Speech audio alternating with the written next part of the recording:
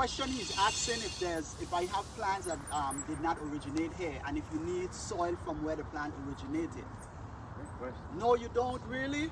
I do have, I'm pretty sure some of the stuff that we grow are not indigenous to here, but healthy soil, as long as it's not climate sensitive. In other words, there's some crops that produce in cold weather that we won't be able to produce here. But as long as it's produced in Florida, we can grow it right here. If it's grown in Florida, we can grow it right here.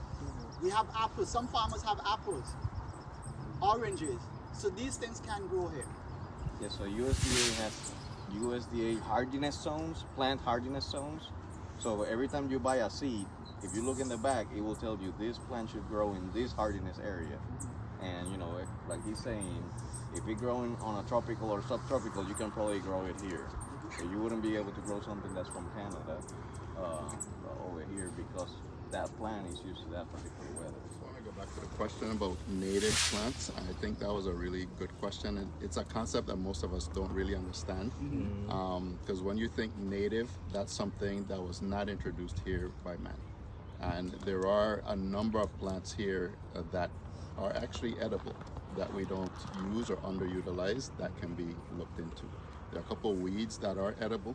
Their fruits, their leaves are edible. And again, that's something I think we can certainly explore, especially in drought situations. These plants are adapted to these conditions, and they will go through that drought.